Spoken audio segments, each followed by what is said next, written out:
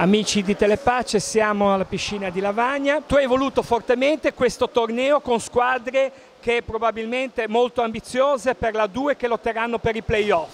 Sicuramente è un torneo di altissimo livello perché ospitiamo il Bologna, ospitiamo il Torino e il Camogli, che sono sicuramente 3 squadre che nella 2 di quest'anno diranno cose importanti, perché sono squadre molto equipaggiate. È un allenamento per noi molto bello, molto stimolante, e la nostra squadra sicuramente quest'anno ha ancora di più, a differenza del mio primo anno allenatore che è stato lo scorso anno, è ancora più basata su una squadra giovane, su un gruppo molto, molto compatto, dei giovani composto per la maggior parte dai giovani che l'anno scorso con l'Under 20 sono arrivati quarti in Italia alle finali nazionali.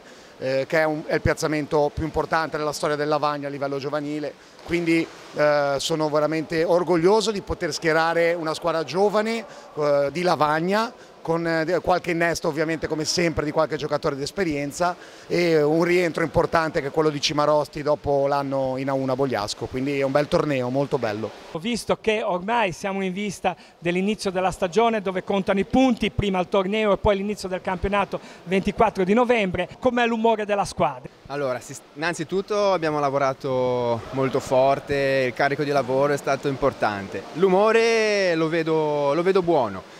Lo vedo buono anche se siamo consapevoli che sarà un campionato un po' diverso da quelli degli anni scorsi e dovremo metterci sicuramente qualcosa in più a livello caratteriale per sopperire a qualche mancanza, però proprio per questo il morale è alto.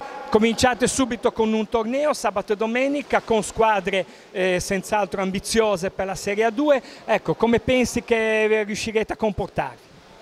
Come penso, ce la metteremo tutta sicuramente, poi quello che succederà succederà. L'importante è cercare di approfittarne perché sono partite importanti per l'inizio della stagione.